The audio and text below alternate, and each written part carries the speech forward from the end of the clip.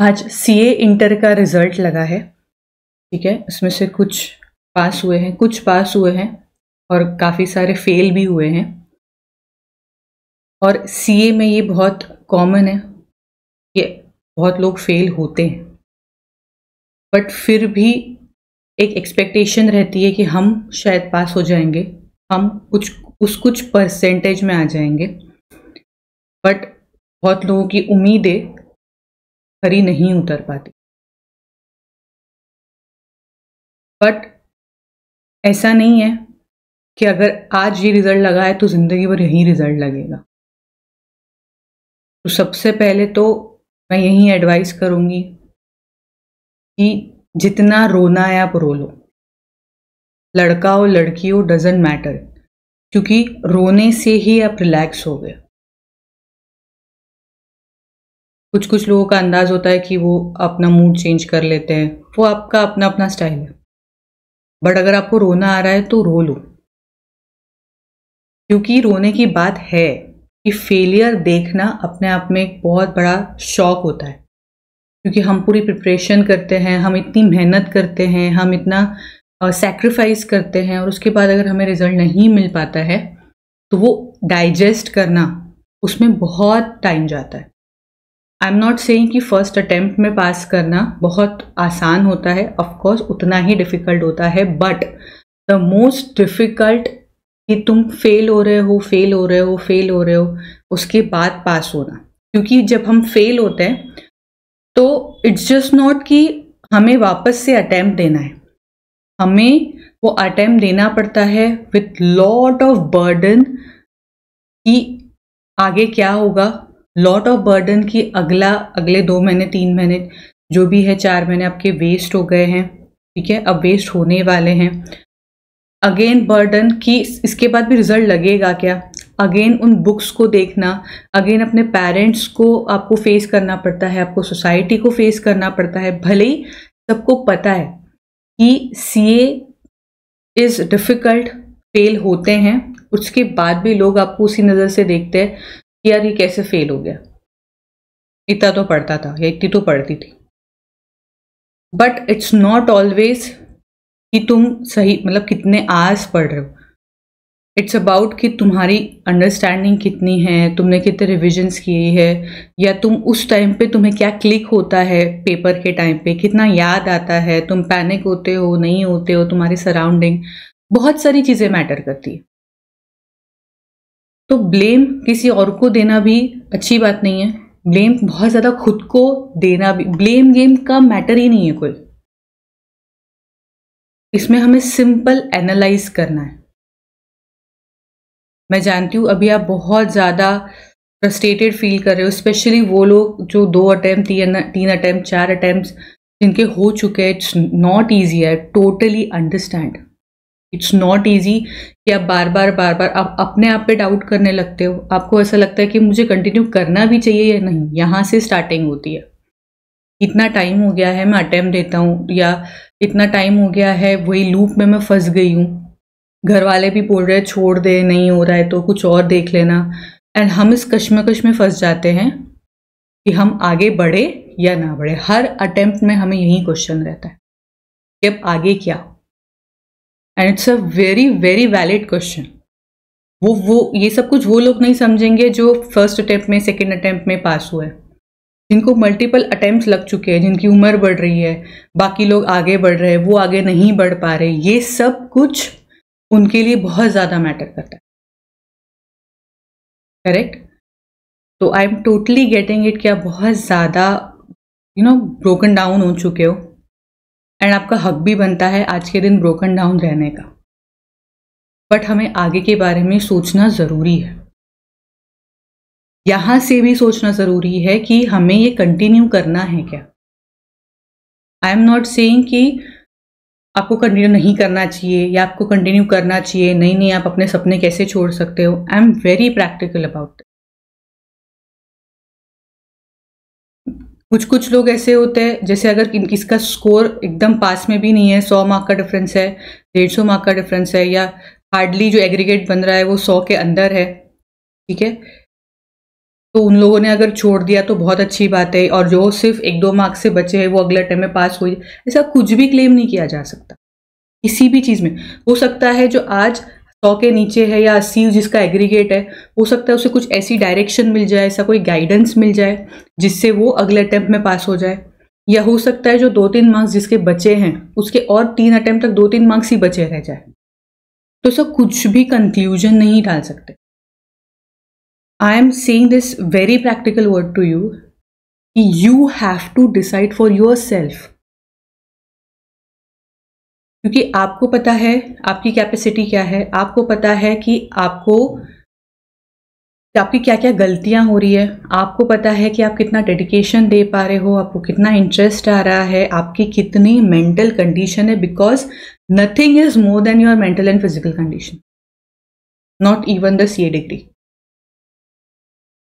अगर आपको ऐसा लग रहा है आप नहीं हैंडल कर पा रहे हो, जस्ट स्टॉप, एनालाइज, ये नहीं तो क्या। इट्स नॉट कि CA नहीं बने तो इंसान कुछ नहीं कर सकता, बट ये फैसला लेना बहुत ज़्यादा डिफिकल्ट हो सकता है because you are changing your career, and जिंदगी भर ये रिग्रेट नहीं रहना चाहिए कि यार थोड़ा पढ़ लेता तो शायद आज मैं CA बन जाती या CA बन जाता। इसलिए गाइडेंस लेना अलग बात होती है, but you have to decide it for yourself. जिंदगी आपकी है, देखना आपको है कि आपको अगला अटेम्प्ट देना है, May 25 देना है, September 25 देना है, Jan 26 देना है, कौन सा अटेम्प्ट देना है ये आपको डिसाइड करना है। आप किसी के भी इन्फ्लुएंस में आके कोई डिसीजन नहीं ले सकते, क्योंकि मैं आपको बताती हूँ कि कुछ जैसे मैंने बोला क्राइटेरिया होते हैं कि अगर आप बहुत एग्रीगेट के पास में हो तो आप ऑफकोर्स दे सकते हो, देना चाहिए आपको कि थोड़ा सा ही कुछ बचा है, आप सिर्फ उसको ठीक करके आप पास हो जाओगे। बहुत ज़्यादा एग्रीगेट है, ठीक है, बहुत आपकी कॉन्सेप्चुअल क्लैरिटी बिल्कुल नहीं है, आप बैठ नहीं पाते एक जगह टिक के, आपके रिवीजन नहीं हो पा रहे, आपको याद नहीं आ रहा, आपको लिखने में तकलीफ है, इतनी सारी डिफिकल्टीज है, तो टेक गाइडेंस, ठीक है, प्रॉपर गाइडेंस, उसके बाद आगे बढ़िए। ऐसा नहीं है कि हर बार आप रिपीट कर रहे हो, रिपीट करने से, सेम एक्शन रिपीट करने से सेम रिजल्ट आता है। तो you have to decide, and it's not just CA degree, life में भी आपको बहुत सारी चीजें खुद की रिस्पॉन्सिबिलिटी पे, खुद के दम पे डिसाइड करनी पड़ेगी। फिर आप क्या करोगे?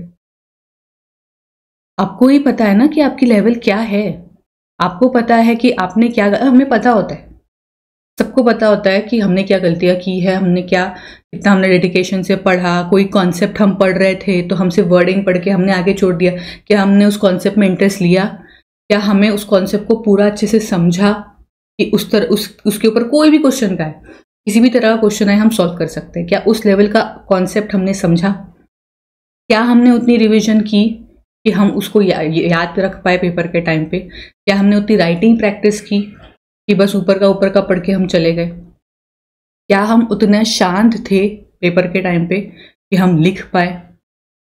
तो एन नंबर ऑफ चीज़ें हैं जो आपको खुद की पता होती है। इसलिए बहुत सारे बच्चों के मेरे को क्वेश्चन आ रहे कि मैम मेरे इतने अटेम्प्ट हो गए, इतना अभी मैं आगे कैसे परसीव करूं, या मैं करूं कि नहीं करूं, मुझे क्या करना चाहिए। ये डिसीजन आपको लेना है, कोई नहीं ले सकता आपके लिए कि आपको कौन सा अटेम्प्ट देना है।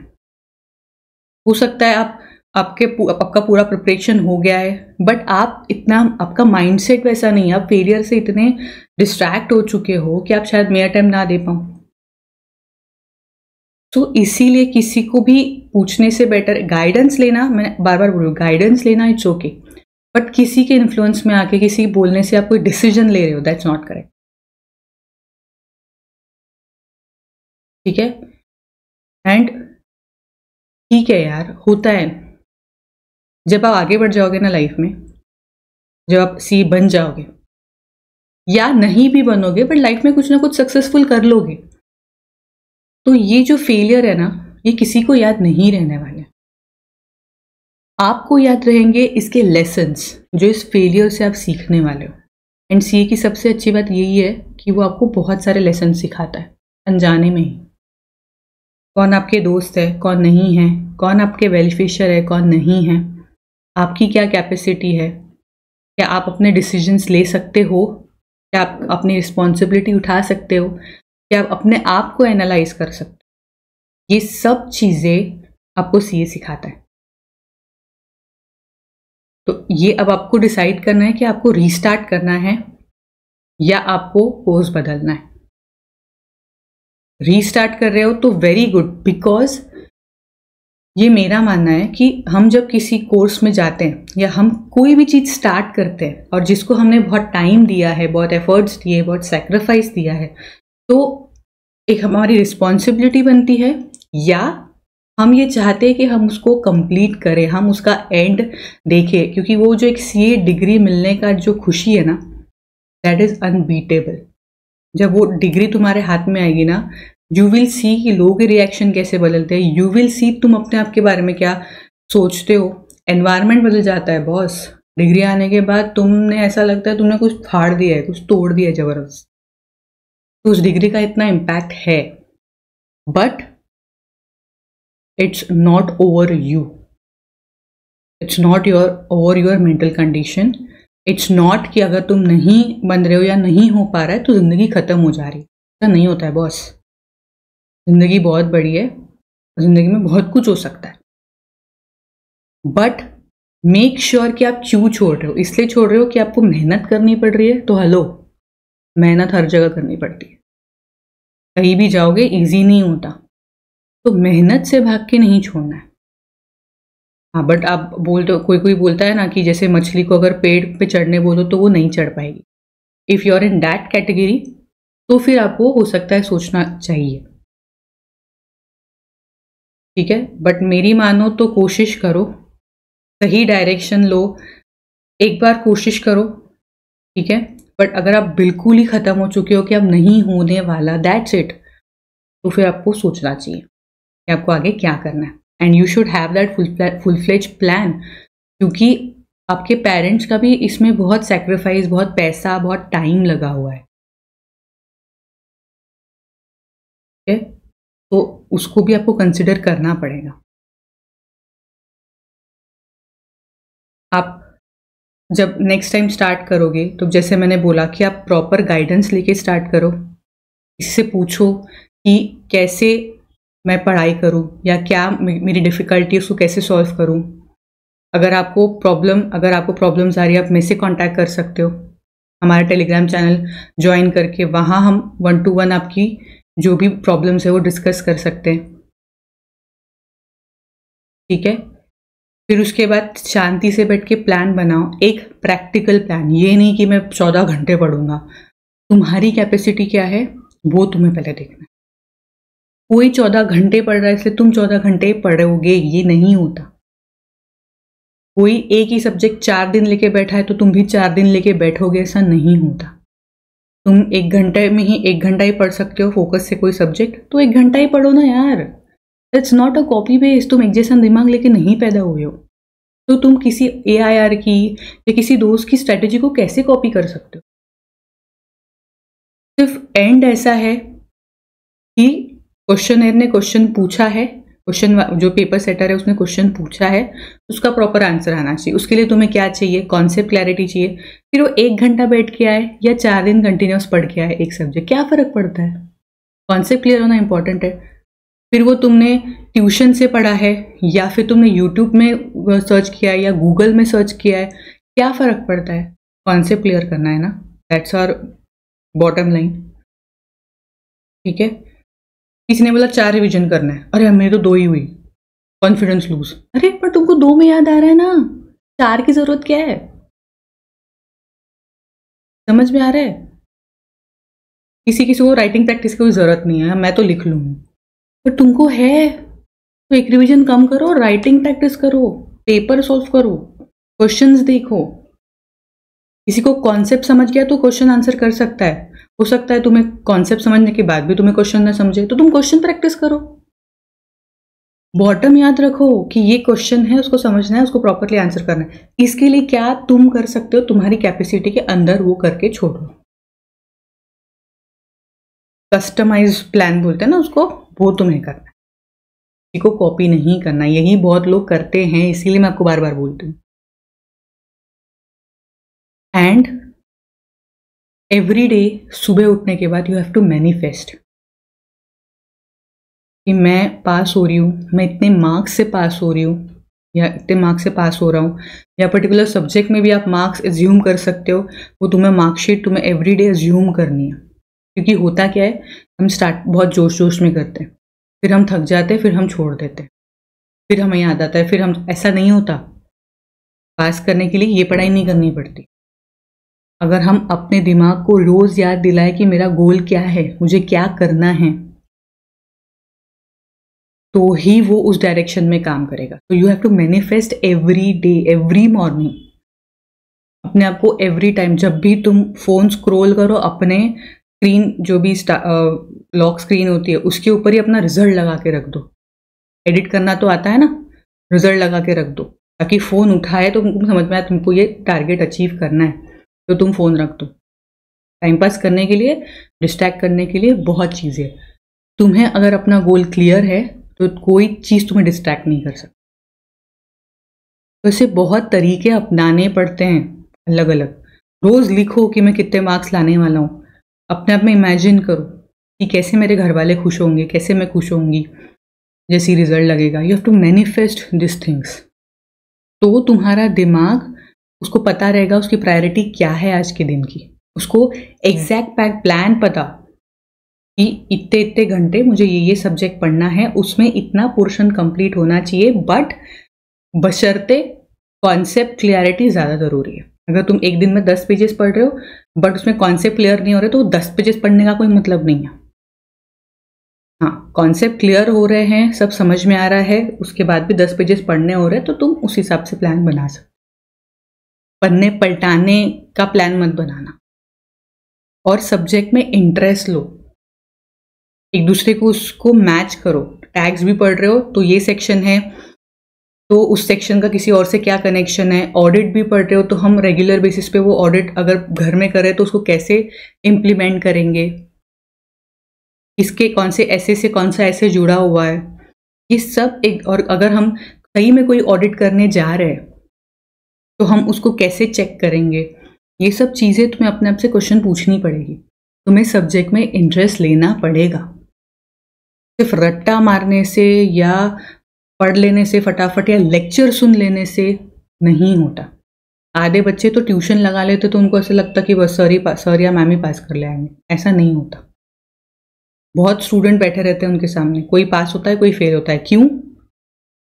पास वही होता है जो खुद से पढ़ता है एंड टीचर को एज अ गाइडेंस लेता है, नॉट एज अ रिस्पॉन्सिबिलिटी कि उनकी रिस्पॉन्सिबिलिटी मुझे पास कराना। नहीं, उनकी रिस्पॉन्सिबिलिटी आपको गाइड करना, आपको समझाना। बट अगर आप घर जाके खुद से नहीं पढ़ते हो तो समझ में नहीं आने वाला, रिटेन नहीं होने वाला। इसलिए मैंने बोला डिसीजन लेना आपकी रिस्पॉन्सिबिलिटी है, कैसे पढ़ना, कितना पढ़ना, वो सब कुछ आपकी रिस्पॉन्सिबिलिटी। बाकी सबसे आपको गाइड करेंगे। एंड शॉर्टकट्स तो सोचना भी मत। स्ट्रैटेजी में और शॉर्टकट में ना बहुत फर्क होता है। स्ट्रैटेजी बनाना कि जिसमें ज़्यादा मार्क्स है उसको बहुत अच्छे से पढ़ूंगी, ठीक है, जिसमें कम मार्क्स है उसको एक रेफर कर लूँगी, ठीक है। स्ट्रैटेजी बनाना कि जिसमें वेटेज ज़्यादा है उसके क्वेश्चन सॉल्व कर लूँगी, जिसका वेटेज कम है उसको रिविजन कर लूँगी। That is a strategy, that is not a shortcut. बड़ा बोलोगे इंपॉर्टेंट क्वेश्चन बताओ ma'am, that is a shortcut. ये सब छोड़ के बस 5 क्वेश्चन पढ़ लिए, क्या सीए में हो ना, क्या important question. Important question additionally तुमने एक बार देख लिए थे, पर उसके पहले बाकी की प्रोसेस तो कंप्लीट करो। सिर्फ इंपॉर्टेंट क्वेश्चन के भरोसे जाओगे क्या? नहीं ना, आईसीआई तो किसी का सगा नहीं है, ठीक है। इसीलिए वापस से समाप्त कर रही हूँ, एग्जाम देनी है या नहीं देनी है, आगे कंटिन्यू करना है या नहीं करना है, ये आप पे डिपेंड करता है। बट टेक माई वर्ड्स, छोड़ना तभी जब आप जिंदगी में कभी उस बात को रिग्रेट ना करो, यार मैं पढ़ लेती तो हो जाती। ये सब दोबारा, क्योंकि regret that is the worst. अगर रिग्रेट नहीं करना है तो ये सोचो कि मैंने कहाँ गलतियाँ की, सही डायरेक्शन लो, ठीक है, मैनिफेस्ट करो जिससे एवरीडे आपको गोल याद रहे और मेहनत करो। सेकेंड थिंग, कौन सा अटेम्प्ट देना है ये भी आपको डिसाइड करना है अप टू योर जो भी आपकी तैयारी हो रही है। ठीक है, आपको ऐसा लग रहा है कि कुछ मार्क्स से बचा है तो आप मई दे सकते हो, बट आपका गैप बहुत ज़्यादा है तो सितंबर या जैन प्रॉपरली पूरा अच्छे से तैयारी करके फिर अटेम्प्ट। ठीक है, तो ऑल द बेस्ट। आपको कोई भी गाइडेंस लगता है तो मैंने चैनल की लिंक नीचे दी है, आप उस पर ज्वाइन करके मुझसे बात कर सकते हैं। Okay, and don't worry, everything is gonna be all right.